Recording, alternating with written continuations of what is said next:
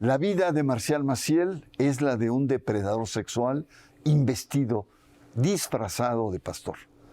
Abusó de decenas de adolescentes. Sedujo, corrompió y sobornó a diversos cardenales de la curia romana y de la propia Iglesia mexicana. Creó un oscuro imperio financiero de más de 20,000 millones de dólares. Tenemos imágenes y videos inéditos de Marcial Maciel, aquí, en Sacro y Profano. Marcial Maciel Degollado nace en Cotija, Michoacán, el 10 de marzo de 1920. Sacerdote, fundador de la Congregación Católica La Legión de Cristo y de su asociación seglar Regnum Christi. Fue el cuarto de los 11 hijos de Francisco Maciel y Maura Degollado Guízar, hermana del general cristero Jesús Degollado Guízar. Proveniente de una familia muy católica, tuvo 3 tíos que fueron obispos. Acusado formalmente en diferentes momentos de cometer abusos sexuales a adolescentes de la congregación y estudiantes legionarios. A partir de 1997, exlegionarios le acusan de abusos y de consumo de drogas. Entre propiedades, inversiones en paraísos fiscales, colegios y universidades, los legionarios de Cristo amasaron una respetable fortuna internacional. En 2006, como resultado de un proceso canónico, la Santa Sede le invita por su estado de salud a un retiro del ministerio sacerdotal y llevar una vida de oración y penitencia. En 2009 surgen noticias de que Marcial Maciel era padre de una joven española y de jóvenes mexicanos a quien supuestamente también agredió sexualmente. A través de un comunicado en 2019, la Legión de Cristo reconoció las acusaciones de abuso sexual de al menos 60 menores por parte de su fundador. Maciel muere el 30 de enero de 2008 en Jacksonville, Florida, Estados Unidos, a la edad de 87 años.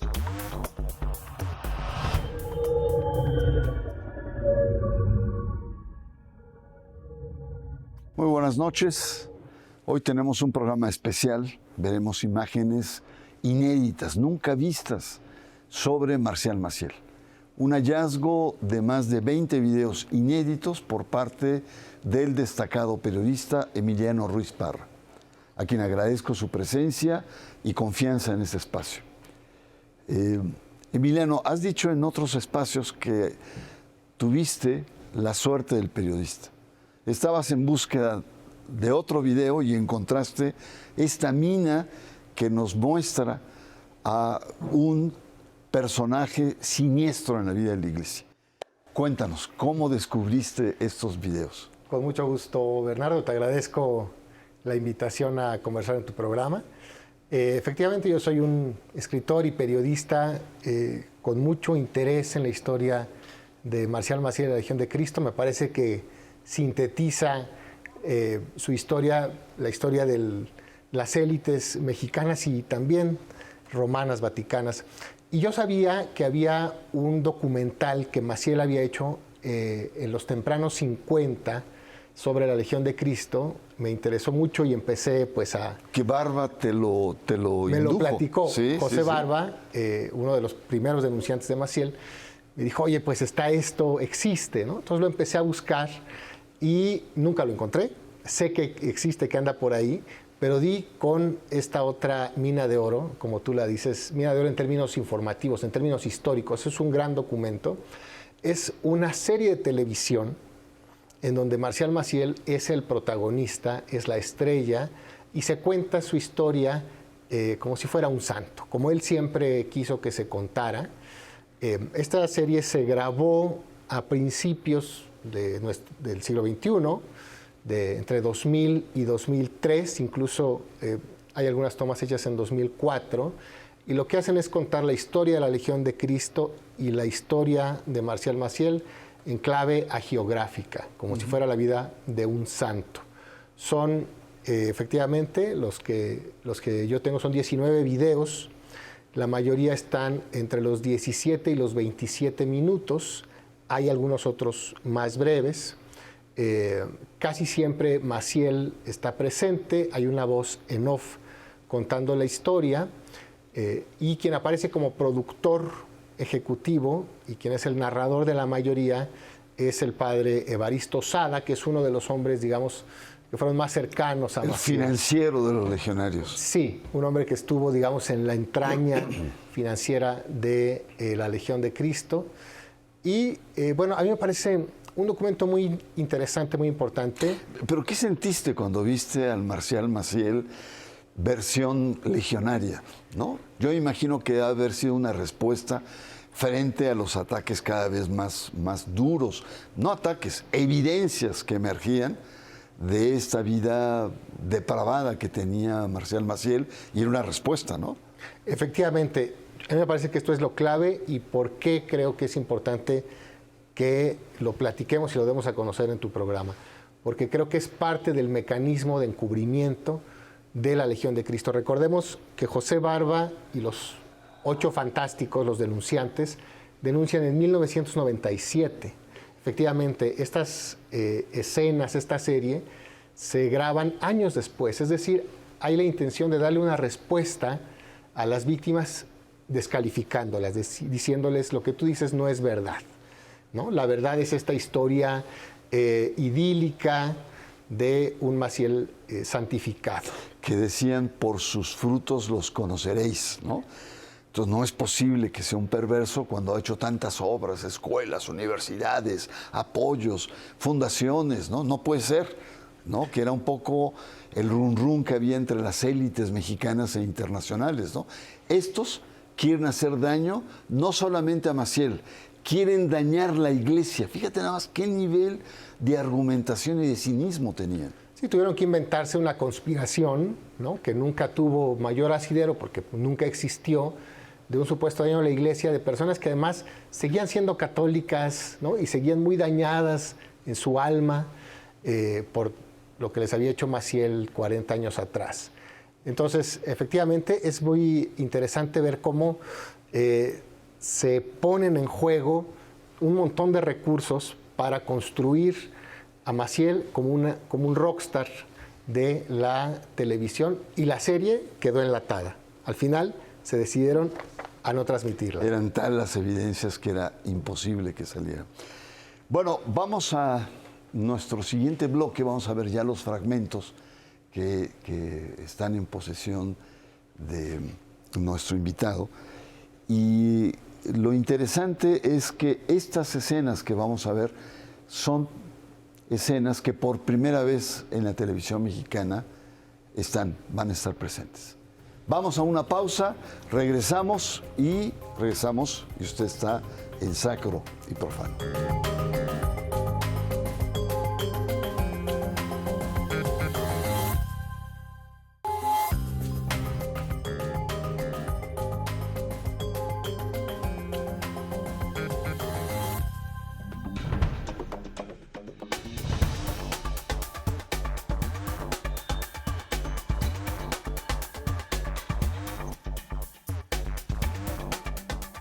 Imposible entender la expansión de Marcial Maciel sin el Papa Juan Pablo II. Juan Pablo II lo tolera, lo apoya, lo consiente. Y bien, a mí me impresiona esta imagen porque, Emilio, hay una cierta sensualidad entre ambos personajes. Sí, ellos se entendían muy bien. Incluso hay testimonios de obispos mexicanos que cuando son recibidos en las habitaciones, digamos, más privadas del Papa, ahí andaba Maciel, pues como Pedro por su casa, literalmente. Efectivamente, yo creo que la cercanía con Juan Pablo II es clave. Maciel entiende muy bien, desde muy temprano, que el discurso anticomunista que él ya tenía desde antes va a encajar muy bien con Juan Pablo II, y él le va a procurar apoyos para solidaridad en Polonia, o sea, él le va a triangular recursos para ayudar a la disidencia polaca a esta batalla contra el comunismo, que termina por ser exitosa, ¿no? Uno de los grandes éxitos diplomáticos del Papa. Y efectivamente hay esta duda, que para mí no lo es, de que si Juan Pablo II estaba o no enterado de los delitos de Marcial Maciel y por qué lo defendió prácticamente hasta el final y no permitió que se le hiciera una investigación a fondo, ¿no? Yo creo que no solamente con Juan Pablo II, también con este círculo más cercano a Juan Pablo II, como Angelo Sodano, Marcial Maciel pudo construir una red de complicidad que le permitió sus décadas de esplendor, que efectivamente son los 80 y los 90, hasta antes de que lo denunciaran. Un ejemplo para la juventud, le decía el Papa, refiriéndose a Maciel. Y hay toda una serie de historias ocultas, porque hay mucha seducción, hay sexualidad, hay sobornos. Si la presencia de Maciel daba una misa a algún alto cardenal y eran sobres de $50,000. Esto está escrito por los propios legionarios. Pero ¿qué te parece si vemos otra faceta de Maciel? Y el Maciel, el que se le rinde culto, y además él se siente soberbio, se siente fuerte. Entonces vamos a ver esta escena en donde Maciel entra y cómo es aclamado por los miembros de la Legión de Cristo.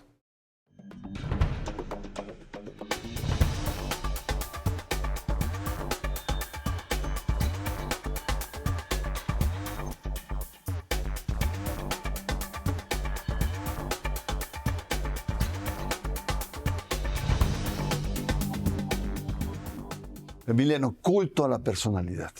Esto a mí me parece interesantísimo, porque además qué tan cristiano es que Maciel fuera equiparado como una figura análoga a Jesucristo. En los colegios legionarios, por cada crucifijo había un retrato de Marcial Maciel. Y como vimos en estas imágenes, que son las que la Legión en este último momento, digamos, de tratar de sostener la gran mentira del Maciel Santo, son las que quieren difundir, en donde, ¿no?, entra a estos salones en donde están las consagradas del Regnum Christi o donde están los seminaristas, y son los besamanos. Se le hincan, ¿no? La expresión que se ve en la gente cercana a Maciel, como si fuera un dios, como si fuera una deidad. Como si fuera una deidad. Esto fue lo que promovió Maciel, porque además, claro que eso pues lo convertía más fácilmente en un abusador, ¿no? O sea, ¿cómo le vas a decir que no a ese santo, ¿no?, cuando te llame a su lecho en la tarde, en la noche, a abusar de ti? Entonces, claro, la construcción del Maciel endiosado, porque además, como se ven en otros fragmentos de esta serie documental de la Legión, pues siempre están diciendo, Cristo es el que lleva el timón, es la providencia la que me puso ahí, ¿no? O sea, como si Maciel, y él lo dice, yo soy solo un instrumento de Dios para construir la Legión. Sí, fingiendo una humildad. Y hablando de simulaciones, ¿qué te parece si vemos un fragmento muy cortito en tus documentos, en tus textos, donde él se cree sus propias mentiras? En donde él dice, no hay nada, no hay ningún problema moral, ¿no? Y lo dice con tal nivel de sinceridad que vale la pena que usted lo registre. Veamos la hipocresía, o hasta dónde llega la hipocresía de Marcial Maciel. Dígame usted una cosa, ¿cuándo hubo un problema, por ejemplo, de moral en nuestras... ¿Cuándo? Ni de cerca, ni de lejos, jamás. ¿Qué te parece, Emiliano? Tremendo, porque ahora sabemos que este señor tenía, además de que abusó de más de 60 menores de edad, reconocido por la propia Legión, pues tenía familias, tenía hijos de los que también abusó, tenía dinero escondido, ¿no?, en paraísos fiscales. Inclusive hay testimonios reunidos por José Barba, en donde hablan de seminaristas transportando droga por fronteras en Europa, es decir... vínculos con narcotráfico, incluso en los años 60. En los años 50 y 60, sí, ¿no? Antes de la caída de Batista en Cuba, viajes a Cuba que no se explican en términos pastorales, en fin, todavía hay mucho que averiguar y contar. Desafortunadamente muchos testigos han muerto, pero claro, esta capacidad de hablarle a su público y de decirle, yo soy perfecto, yo soy un santo, mientras él tenía 3 o 4 identidades al mismo tiempo, ¿no? Es una cosa terrorífica, la verdad. y sobre todo hablando de problemas morales y hablando con tal nivel de sinceridad cuando él era un violador de los principios morales. Bueno, ¿qué te parece si ahora vamos a otra faceta de Maciel que tú la has puesto muy bien, y es esta creación del imperio financiero, en donde son miles de millones de dólares que él logra amasar entre propiedades, colegios, universidades, etcétera? Veamos este fragmento que tú recogiste y en donde, pues de manera socarrona, plantea el método de cómo a un señor marqués, este personaje lo seduce, ¿no? Después dice, yo no entiendo cómo este gran señor tan fácilmente cayó con un sacerdote de 26 años. Veamos. Señor Marqués, aquí tenemos al padre Maciel. Mire, padre, usted puede traer en los barcos de mi compañía todos los estudiantes que quiera para España gratuitamente. Y estando hablando con el marqués, se me ocurrió decirle, ¿sabe usted, señor marqués, que no tengo casa todavía para hospedar a mis chicos? No, resulta increíble.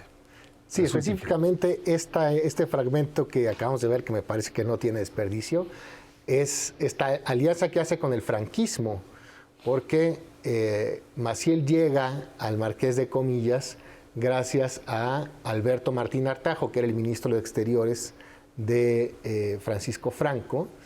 En la serie documental se fabrica toda una manera en la que él llega con Franco, a quien el documental llama el generalísimo, así con esa reverencia también al dictador fascista que fue Franco. Y siempre es construyendo una falsa providencialidad, o sea, como que Dios me puso ahí, yo fui el instrumento de Dios, cuando lo que hay, y esto lo deja entrever un poco Maciel, es este tráfico de influencias, ¿no? O sea, en realidad lo que un reportero como Jason Berry ha propuesto o ha logrado establecer es que él llega a Franco y a esas élites cuando era muy joven por recomendación de Miguel Alemán, el presidente de México, ¿no? Y así va a construir su carrera y así va a dejar rastros, por ejemplo, de dinero, esto lo ha documentado Raúl Olmos, en muchísimos paraísos fiscales del mundo, gracias a esta capacidad, como tú bien dices, de seducir, de engañar, de tener siempre una doble cara. Y se ha visto que el sistema de los legionarios para obtener recursos era relativamente, digamos, planeado, científicamente, es decir, un legionario joven, bonito, con presencia, se iba incrustando entre las familias de las élites. Poco a poco se iba haciendo parte de la familia, ¿no? El curita. Y desde adentro es donde ellos entran con el tema de los donativos, el gran traspaso de financiamiento, además de los negocios oscuros, de los paraísos fiscales. Y otro aspecto también es el manejo de los medios de comunicación. Los legionarios logran entrar en los comités, ¿no? de las diferentes empresas de radio, de televisión, y así aseguraban una presencia, digamos, noble de un personaje y de una institución siniestra, porque no se le puede llamar de otra manera, que aún sigue. Pero bueno, ahí estamos, entonces estamos conversando sobre pues estas imágenes que nos evocan a un personaje que no debemos olvidar. Han pasado ya muchos años y fácilmente olvidamos. Y lo que no debemos olvidar es esta imagen oscura de un sector de la iglesia, no de toda, de un sector de la iglesia. Por ello es importante no dejar a Marcial Maciel en el olvido y mucho que exigirle a la Legión de Cristo, que muchas de estas prácticas las sigue utilizando. Vamos a una pausa y seguimos con estas imágenes inéditas que nos trae acá nuestro amigo Emiliano Ruiz. Regresamos en un momento.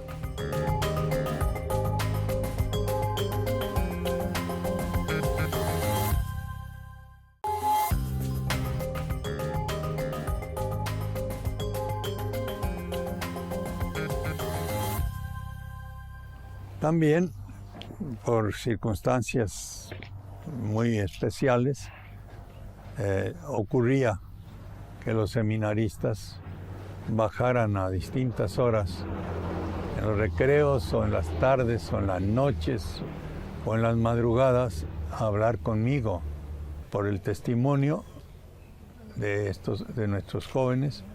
Nacían muchas vocaciones. Qué manera de justificar estos encuentros a extrañas horas con los seminaristas, ¿no? Podría ser en la noche, ¿no? A medianoche, en la madrugada. Todo era con el fin de promover las vocaciones.